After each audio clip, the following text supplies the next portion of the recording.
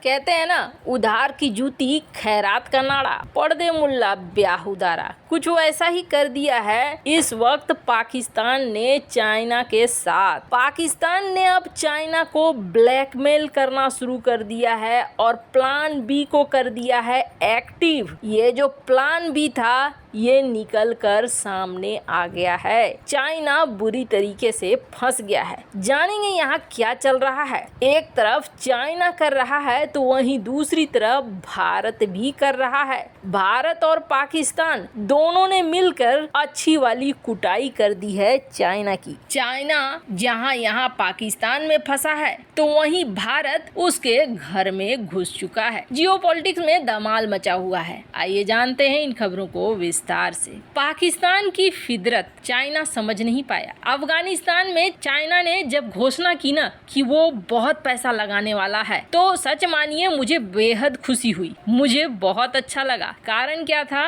कारण ये है कि अफगानिस्तान में जो गया है वही दफन हो गया है, उसके पैसे बर्बाद हो गए हैं और कुछ नहीं हुआ है। वहाँ से कोई कुछ निकाल कर ला नहीं पाया है। तो खुशी की बात थी कि चाइना अपने पैसे ऐसे जगह लगाता जहाँ से वापसी का कोई रास्ता नहीं था। और जहाँ तक पाकिस्तान की बात है, पाकिस्तान ना जब भी अपने कोई नए मालिक को बनाता है तब एकदम पहले कुत्ते जैसा व्यवहार करता है। मतलब कुत्ता जैसे वफादार होता है मालिक के लिए, वैसा ही शुरुआती दिनों में रहता है। अमेरिका के साथ जब था तो शुरुआती दिनों में कुछ वैसा ही था, लेकिन बाद में धीरे धीरे दोगलई के कीड़े कुलबुलाने लगते हैं और वो फिर सबसे पहले अपने मालिक को ही काटता है। अमेरिका इसका बहुत बड़ा उदाहरण है। अमेरिका ओसामा बिन लादेन को दुनिया भर में घूम घूम कर ढूंढ रहा था और ओसामा बिन लादेन मिला कहाँ? पाकिस्तान के एबटाबाद में। और पाकिस्तान को इसकी सारी इन्फॉर्मेशन थी पर वो अमेरिका को इन्फॉर्मेशन दे नहीं रहा था। ये घटना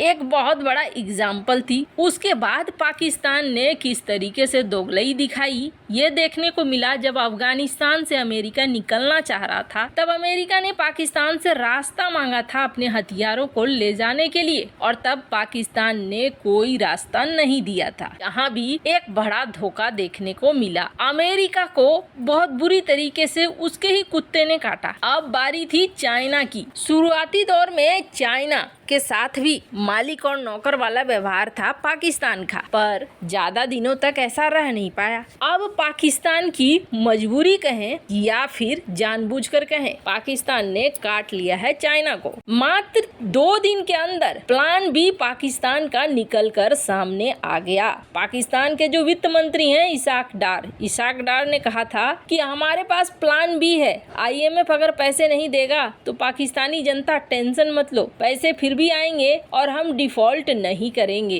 तब लोगों को समझ में नहीं आया, अरे फॉरेन रिजर्व है मात्र $3.9 बिलियन जो कि IMF के लोन का इंतजार कर रहा है। अगर IMF का लोन नहीं मिलता है तो $3 बिलियन तुरंत आ जाएगा नीचे। अब यहाँ पर IMF नाराज है। IMF ने गुस्सा जाहिर कर दिया कि तुमने अपना बजट दिखाया, बजट में डिफेंस बजट भी बढ़ा दिया है, ऐसे में हम तुम्हें पैसे कैसे देंगे। IMF से पैसे नहीं मिलेंगे ये तो बिल्कुल तय हो गया कि अब IMF से कोई पैसा नहीं मिलने वाला है। तो फिर 2 दिन पहले पाकिस्तान के वित्त मंत्री आखिर सीना ठोक कर ऐसा क्यों कह रहे थे कि प्लान बी है हमारे पास? वही प्लान बी निकल कर सामने आ गया। पाकिस्तान के फाइनेंस मिनिस्टर इसाक डार ये मिलते हैं चाइना के चार्ज दी अफेयर्स पेंग चुंगसू के साथ, जो फाइनेंस डिवीजन के हैं चाइना के फाइनेंस डिवीजन के मामले को देखने वाला ये शख्स यहाँ मीटिंग में ये कहते हैं कि देखो हमने तो $6 बिलियन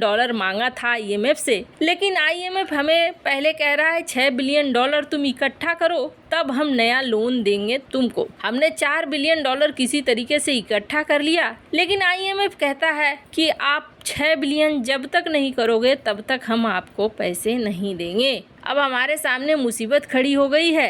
चाइना हमें तो मात्र 2 हफ्ते के अंदर सबसे पहले $300 मिलियन का कर्जा चुकाना है बैंक ऑफ चाइना का, और ठीक पास में ही फिर एक रीपेमेंट करनी है $1 बिलियन की चाइना डेवलपमेंट बैंक को। 2 वीक और 3 वीक में तो रखा हुआ है कि इतने पैसे हमारे जाएंगे। अगर अभी हमें पैसे नहीं मिले तो हमारा फॉरेक्स रिजर्व तो वैसे ही $3 बिलियन से नीचे आ जाएगा। अब हमें आपको चुकाना है $1.3 बिलियन का कर्जा ये 3 हफ्ते के अंदर, और अभी हमारे पास पैसे नहीं हैं कि हम आपको ये कर्जा चुका सकें। तो ऐसे में बेहतर होगा कि आप हमें $1.3 बिलियन का लोन और दे दीजिए, और यही लोन हम आपको वापस कर देंगे जिससे आपका कर्जा चुक जाएगा। अब इसका मतलब क्या है? इसका मतलब ये है कि न राधा को 9 मन तेल होगा और न राधा नाचेगी। अगर हम दिवालिया हो गए तो तुम्हारे